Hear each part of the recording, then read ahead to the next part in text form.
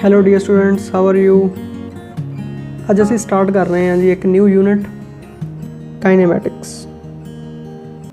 ਸਭ ਤੋਂ ਪਹਿਲਾਂ ਤਾਂ ਅਸੀਂ ਇਹੀ ਸਮਝਦੇ ਹਾਂ ਕਾਈਨੇਮੈਟਿਕਸ ਦਾ ਕੀ ਮਤਲਬ ਹੈ। ਤਾਂ ਇੱਥੇ ਅਸੀਂ ਮੋਸ਼ਨ ਨੂੰ ਡਿਸਕਸ ਕਰਨਾ ਹੈ ਜੀ ਵਿਦਆਊਟ ਨੋਇੰਗ ਇਟਸ ਕਾਜ਼, ਕਿ ਸਾਨੂੰ ਕਾਰਨ ਦਾ ਨਹੀਂ ਪਤਾ ਕਿ ਮੋਸ਼ਨ ਦਾ ਕਾਰਨ ਕੀ ਹੈ। ਠੀਕ ਹੈ, ਉਹਦੇ ਪਿੱਛੇ ਕਿਹੜੀ ਫੋਰਸ ਕੰਮ ਕਰ ਰਹੀ ਹੈ, ਕੀ ਮੂਵ ਕਰਵਾ ਰਿਹਾ ਉਹਨੂੰ। ਤਾਂ ਇਹਨਾਂ ਚੀਜ਼ਾਂ ਬਾਰੇ ਇੱਥੇ ਅਸੀਂ ਡਿਸਕਸ ਨਹੀਂ ਕਰਨਾ। ਸਿਰਫ ਇੱਥੇ ਹੀ ਪਤਾ ਹੋਊਗਾ ਕਿ ਬੋਡੀ ਮੂਵ ਕਰ ਰਹੀ ਹੈ ਜੀ, ਇੰਨੀ ਵੈਲੋਸਿਟੀ ਨਾਲ ਮੂਵ ਕਰ ਰਹੀ ਹੈ। ਤਾਂ ਹੁਣ ਅਸੀਂ ਡਿਸਕਸ ਕਰਨਾ ਹੈ ਜੀ ਜਿਹੜਾ ਚੈਪਟਰ, ਉਸ ਚੈਪਟਰ ਦਾ ਨਾਮ ਹੈ motion in a straight line. ਤਾਂ motion in a straight line ਨੂੰ ਰੈਕਟੀਲੀਨੀਅਰ ਮੋਸ਼ਨ ਵੀ ਕਹਿੰਦੇ ਆ ਜੀ।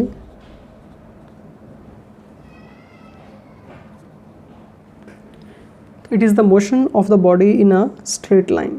ਠੀਕ ਹੈ, ਥੋੜ੍ਹਾ ਜਿਹਾ ਮੈਂ ਤੁਹਾਨੂੰ ਟਾਈਪਸ ਆਫ ਮੋਸ਼ਨ ਬਾਰੇ ਵੀ ਦੱਸਾਂ। ਠੀਕ ਹੈ ਜੀ, ਮੋਸ਼ਨ ਨੂੰ ਅਸੀਂ 3 ਮੇਨ ਟਾਈਪਸ ਦੇ ਵਿੱਚ ਡਿਵਾਈਡ ਕਰਦੇ ਹਾਂ, ਜਿਸ ਦੇ ਵਿੱਚੋਂ ਫਸਟ ਹੈ ਟਰਾਂਸਲੇਸ਼ਨਲ ਮੋਸ਼ਨ, थर्ड है ऑसिलेटरी मोशन और वाइब्रेशनल मोशन। ट्रांसलेशनल मोशन होता है कि जिस तरह कोई बॉडी स्ट्रेट लाइन मूव कर रही है तो ये ट्रांसलेशनल मोशन है। ठीक है, कोई व्हीकल जा रहा है रोड के उपर। रोटेशनल मोशन होता है कि एक फिक्सड एक्सिस के अबाउट या फिक्सड पॉइंट के अबाउट रोटेट करना, जिस तरह फैन रोटेट करता है या जिस तरह अर्थ रोटेट कर रही है अपनी एक्सिस के अबाउट, एक डिफरेंट टाइप का मोशन है। वाइब्रेशनल मोशन होता है कि किसी पॉइंट के about to and fro move करना, इधर उधर मूव करना। जिमें एक बॉडी पहला इधर गई जी, फिर वापस आई, फिर दूजे पासे गई, फिर उस पॉइंट से वापस आ गई। तो इस तरह का मोशन जो पेंडुलम का मोशन होंगे जिस तरह, ठीक है ना। तो इस तरह के मोशन को असीं वाइब्रेशनल मोशन कहते हैं। रोटेशनल मोशन तो वाइब्रेशनल मोशन असीं अगे जाके डिस्कस करांगे जी। यूनिट 5 ਦੇ ਵਿੱਚ रोटेशनल मोशन डिस्कस करांगे तो यूनिट 10 ਦੇ ਵਿੱਚ वाइब्रेशनल मोशन या ऑसिलेटरी मोशन डिस्कस करांगे। इत्थे सिर्फ असीं ट्रांसलेशनल मोशन डिस्कस करना है, जिसनों असीं motion in a straight line जिसका एक पार्ट असीं इत्थे कर रहे हैं। असीं सब तो पहलां जी मोशन नूं डिफाइन करते हैं कि मोशन की चीज़ है। ठीक है, साडे कोल 2 टर्म्स आंदियां जी, रैस्ट ते मोशन। ते इहनूं समझण लई असीं इत्थे एक होर कॉन्सैप्ट एक्सप्लेन करते हैं, फ्रेम ऑफ रैफरेंस। देखो तो 3 एक्सिस है, कोआर्डीनेट एक्सिस कहते हैं जिसनों। ये एक्स एक्सिस है, वाई एक्सिस है तो जैड एक्सिस है। ठीक है जी, ये एक्सिस जिथे कटदियाँ हैं उस पॉइंट नूं ओरिजिन कहते हैं, वो नाल रिप्रजेंट करते हैं। तो ये साडा कोआर्डीनेट सिस्टम है, जिसनों रिकटैंगूलर कोआर्डीनेट सिस्टम कहते हैं। ठीक है, जे असीं रिकटैंगूलर कोआर्डीनेट सिस्टम ਦੇ ਵਿੱਚ क्लॉक अज्यूम कर लीए जी, इस दे नाल टाइम भी एसोसीएटेड है। तो जे साडे कोआर्डीनेट सिस्टम ਦੇ ਵਿੱਚ टाइम भी होवे तो फिर असीं उसनूं फ्रेम ऑफ रैफरेंस कहने हैं। तो ये साडे कोल एक ही है, फ्रेम ऑफ रैफरेंस है। ठीक है जी, फ्रेम ऑफ रैफरेंस ਦੇ ਵਿੱਚ जो ओरिजिन है इसनूं असीं रैफरेंस पॉइंट भी कह सकते हैं। की कहने हैं जी, रैफरेंस पॉइंट। ठीक है जी, तो हुण ये फ्रेम ऑफ रैफरेंस असीं किते भी अज्यूम कर सकते हैं। ठीक है, तो मैं एक एग्जाम्पल नाल एक्सप्लेन करदा। सपोज करो कि एक ट्रेन दे विच बैठे हो जी तुसीं।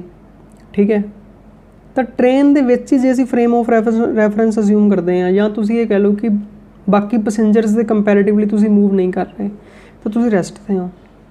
बट जे असीं बाहर खड़ के देखते हैं, मतलब साडा फ्रेम ऑफ रैफरेंस बाहर है। जे असीं ट्रेन दे बाहर खड़े हैं तो ट्रेन चल रही है, तो साडे हिसाब नाल ट्रेन जिहड़ी है वो मोशन च है। ठीक है, तो कोई बॉडी रैस्ट ते कदों होएगी, जे बॉडी आपदी पोजीशन चेंज नहीं करेगी with respect to reference point. और रैफरेंस पॉइंट असीं कित्थे अज्यूम करते हैं, डिपेंड करता है। तो जे कोई बॉडी आपदी पोजीशन चेंज नहीं करती with respect to reference point तो रैस्ट ते है। ठीक है, जिस तरह ट्रेन दे विच कोई बैठा है तो ट्रेन दे विच ही असीं रैफरेंस पॉइंट अज्यूम किया है। तो मोशन दे विच कदों होएगी, जदों पोजीशन चेंज करती है। WRT में लिख रहे हैं, इसका मतलब होता है with respect to, short symbolize the with respect to some reference point. ठीक है जी, सो असीं कह सकते हैं कि rest and motion are relative terms, कि रैस्ट ते मोशन एक दूजे के रिलेटिव है। जिस तरह कि असीं अर्थ के उपर बैठे हुए हैं, ठीक है, आपां कहांगे जी असीं रैस्ट च। ठीक है, बट अर्थ तो रोटेट कर रही है ना, अर्थ दे नाल असीं मोशन च।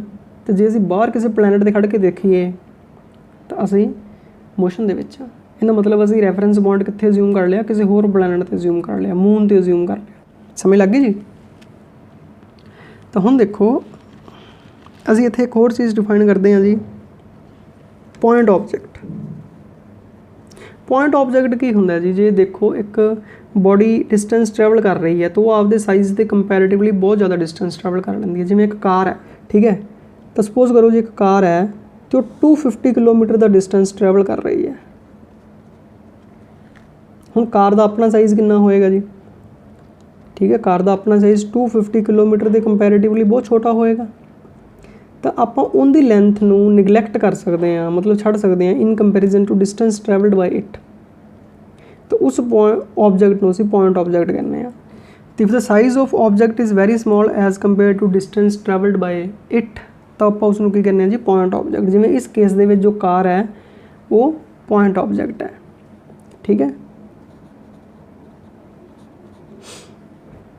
हुण देखो जी असीं डिस्कस करते हैं 1 dimensional, 2 dimensional and 3 dimensional motion. देखो कोई बॉडी मूव कर रही है तो रैफरेंस पॉइंट जिथे ओरिजिन है उनके कंपैरेटिवली सिर्फ उसका एक कोआर्डीनेट ही चेंज करे।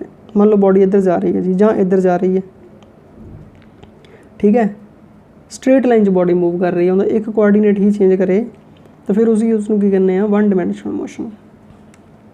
तो for example motion of a car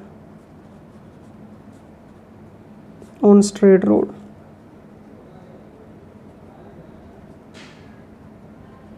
ठीक है जी। 2 डिमेंशनल मोशन जो 2 कोआर्डीनेट चेंज करन जी, ठीक है, या 2 कोआर्डीनेट चाहिए होन, जो 2 कोआर्डीनेट चेंज करन, if 2 coordinates changes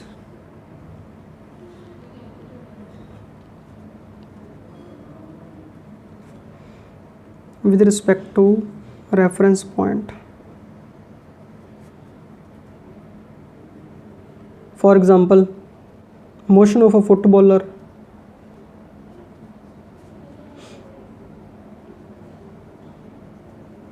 on ground, जो देखो बॉल लैके इधर उधर भजदा है तो जो दोनों कोआर्डीनेट चेंज करनगे एक्स भी ते वाई भी, ठीक है, तो उनका मोशन जोड़ा वो किसी भी पासे हो सकता है। तीसरा है जी 3 डिमेंशनल मोशन, जो तीनों कोआर्डीनेट चेंज करन, ठीक है, ठीक है, जिस तरह मोशन ऑफ अ बर्ड, ठीक है, प्लेन,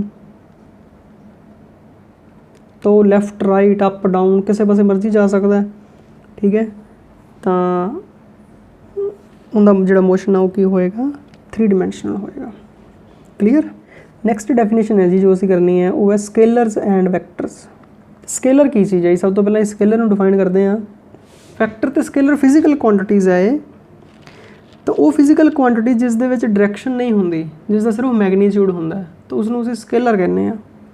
तो अ फिजिकल क्वांटिटी विच है only magnitude and no direction is called scalar, ठीक है, जिस दे विच सिर्फ मैगनीट्यूड है।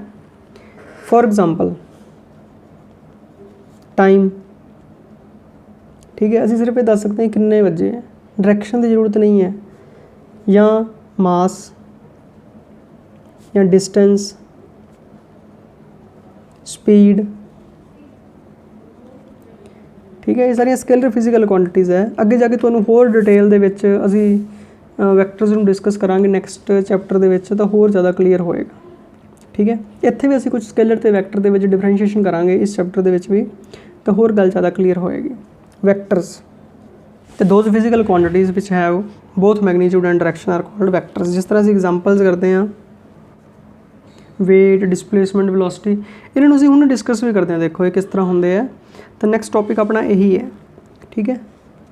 तो नैक्सट टॉपिक है जी डिस्टेंस एंड डिसप्लेसमेंट। तो हुण असीं डिस्टेंस ते डिसप्लेसमेंट नूं समझना है। तो डिस्टेंस की है जी, तो डिस्टेंस है it is the total path length covered by the body, ठीक है जी। तो एक बॉडी मोशन च है तो उन्हें जिन्ना भी टोटल पाथ कवर किया है उसनूं असीं डिस्टेंस कहने, ठीक है। जिस तरह एक एग्जांपल लैने असीं, देखो जी इत्थे तो एक पार्क है, सपोज करो, ठीक है जी, रेक्टेंगुलर पार्क है, एक परसन ए पॉइंट तो चलिया बी पॉइंट पर पहुँच गया, ये 100 मीटर है, ठीक है जी, ये 60 मीटर है, ये भी 100 मीटर है, ठीक है, तो ये 60 मीटर है। तो ए पॉइंट तो चलिया तो बी पॉइंट पर पहुँच गया जी, इस तरह गया, ठीक है, ए पॉइंट तो चल के तो बी पॉइंट पर पहुँच गया। तो उसने टोटल पाथ लेंथ कितना कवर किया, तो डिस्टेंस कितना हो गया जी उसका, तो उसका डिस्टेंस हो गया जी 100 प्लस 60 प्लस 100 कितना हो गया जी 260 मीटर, ठीक है। हुण जे यही इत्थे असीं डिस्प्लेसमेंट डिस्कस करना होवे, इट इज़ अ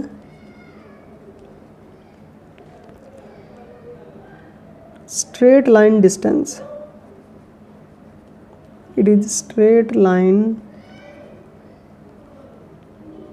distance और ਆਪਾਂ ਕਹਿੰਦੇ shortest distance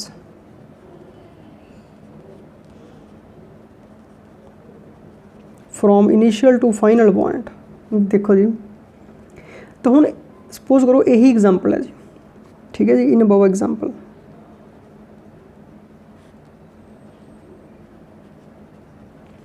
हुण परसन तो ए टू बी इधर दी ही गया, ठीक है ना, पर वो कहता जी straight line path shortest path, तो ए तो बी दे शॉर्टेस्ट पाथ की है, तो ए तो बी दे शॉर्टेस्ट पाथ है जी ए टू बी आ वाला,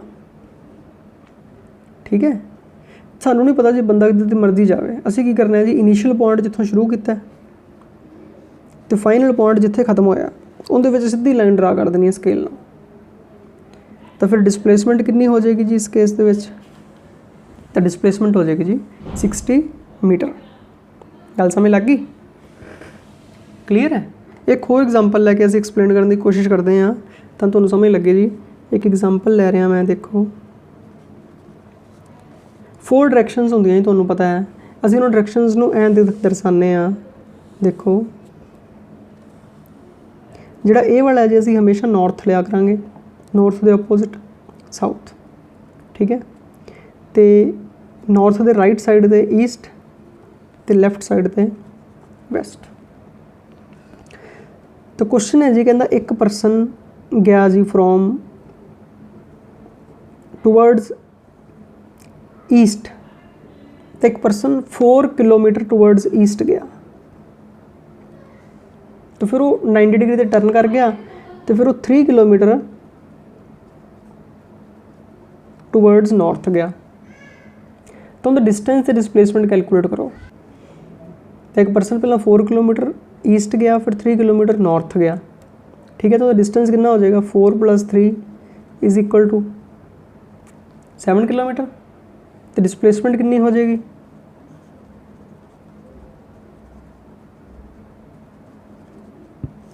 तो डिस्प्लेसमेंट लिए की करना पड़ेगा, नाल इनिशियल पॉइंट तो लैके तो फाइनल पॉइंट, इनिशियल पॉइंट तो लैके तो फाइनल पॉइंट तक एक स्ट्रेट लाइन ड्रॉ करनी पड़ेगी। तो उसकी डिस्प्लेसमेंट कितनी हो जाएगी जी, तो पाइथागोरस थ्योरम लगेगी, देखो उनकी डिस्प्लेसमेंट कैलकुलेट करने लिए, ठीक है। तो आ डिस्प्लेसमेंट हो जाएगी जी ओ, ए है, ए बी है, तो उसकी डिस्प्लेसमेंट हो जाएगी ओ बी। तो ओ बी कितनी हो जाएगी जी 4 स्क्वायर + 3 स्क्वायर, ठीक है, लंब का वर्ग जमा आधार का वर्ग आप करते ना, ठीक है, बेस का स्क्वायर प्लस परपेंडिकुलर स्क्वायर का कितना हो जाएगा जी 25 का स्क्वायर रूट, मतलब 5 किलोमीटर, ठीक है। तो 5 किलोमीटर उसकी डिस्प्लेसमेंट आ जाएगी सिर्फ मैगनीट्यूड दे विच, डायरैक्शन भी सानूं दसनी पएगी जी कैलकुलेट करके कि वो किस डायरैक्शन से है, तां ही डिस्प्लेसमेंट बनेगी। एक होर एग्जाम्पल लो जी, देखो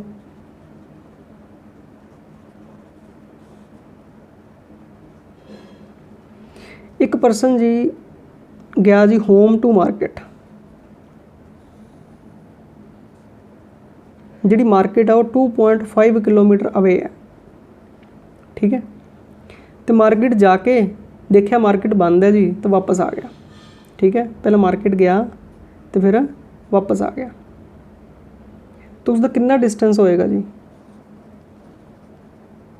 तो डिस्टेंस ट्रैवल्ड होएगा जी, जान लग गया 2.5 किलोमीटर, वापसी तो भी 2.5 किलोमीटर, टोटल हो गया जी 5 किलोमीटर डिस्टेंस हो गया, तो डिसप्लेसमेंट कितनी होगी, तो डिसप्लेसमेंट क्योंकि वो जिथों चलिया जी ये इनिशियल पॉइंट है, मार्केट गया तो वापस ही इत्थे आ गया, तो जे इनिशियल पॉइंट भी वही है तो फाइनल पॉइंट भी वही है, तो उनकी डिसप्लेसमेंट कितनी हो जाएगी जी 0। गल समझ लग गई जी। तो ये डिस्टेंस तो डिसप्लेसमेंट दे विच डिफरेंस है। तो डिस्टेंस तो डिसप्लेसमेंट दे विच फिर की डिफरेंस है जी, किवें आपां डिफरेंशिएट कर सकते हैं डिस्टेंस तो डिसप्लेसमेंट, ठीक है जी। की डिफरेंस है दोनों दे विच, तो सब तो फस्ट पॉइंट तो तुसीं डेफिनेशन लिख देनी है जी। तो डिस्टेंस तो डिसप्लेसमेंट दे विच डिफरेंस बड़ा क्लीयर है जी। सब तो पहला तो ये टोटल पाथ लेंथ है, it is the total path length, ठीक है। एक ही है जी, ये शॉर्टेस्ट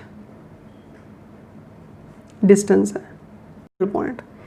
नंबर 2 तो जी ये स्केलर है, इहदे विच आपां डायरैक्शन नहीं दसनी, एक ही है जी वैक्टर है। नंबर 3 ते डिस्टेंस हमेशा पॉजिटिव होएगा जी, जो भी बॉडी ट्रैवल करेगी तो डिस्टेंस उनका हमेशा पॉजिटिव होएगा, तो इट इज़ ऑलवेज पॉजिटिव।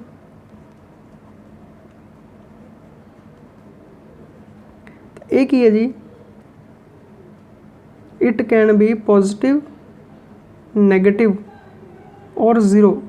तो देख तो लिया ही है जी पॉजिटिव भी किवें हुंदा, 0 किवें हुंदा ते नैगेटिव भी किवें हुंदा, क्योंकि रजी रैफरेंस पॉइंट के कंपैरेटिवली मान लो जी एक परसन ने इत्थों ट्रैवल किया जी, मान लो ये ओरिजिन है, तो पहला वो इस पासे गया जी, ठीक है 2 किलोमीटर, तो ये पॉजिटिव डायरैक्शन आप मनते हैं। फिर वो इत्थों वापस आ गया जी, तो इत्थों इत्थे आ गया जी, उन्हें 1 किलोमीटर होर ट्रैवल कर लिया इस साइड ते, तो इस केस दे विच परसन ओ तो चलिया ए ते गया फिर बी ते गया, तो उनकी डिसप्लेसमेंट जी वो नैगेटिव होएगी, ठीक है ना। तो डिसप्लेसमेंट जे तो वो तो इधर इधर रहेगा तो पॉजिटिव होएगी, वो तो इधर चला जाएगा तो नैगेटिव होएगी, ठीक है। तो जे ओ ते ही वापस आ जाएगा घूम फिर के तो फिर 0 होएगी। तो कुछ डिफरेंस है जी बिटवीन डिस्टेंस एंड डिसप्लेसमेंट। तो आई होप कि तुहानूं गल समझ लग गई होएगी। ये सारा कुछ बेसिक्स गल्लां सीगियां जो असीं इस चैप्टर दे विच डिस्कस करनी है। तो बहुत कुछ इन्हां दे विच तुसीं 9th क्लास दे विच कीता हुंदा है, बट कई बच्चे हुंदे जिहड़े भुल जांदे आ मेरे वर्गे, ठीक है ना। चलो कोई गल नहीं जी, जे कुछ नहीं तुहानूं याद या भुल गया तो आपां इत्थे सारा कुछ रिवाइज़ करना है, दोबारा करना है, ठीक है। So all the best, have a nice day.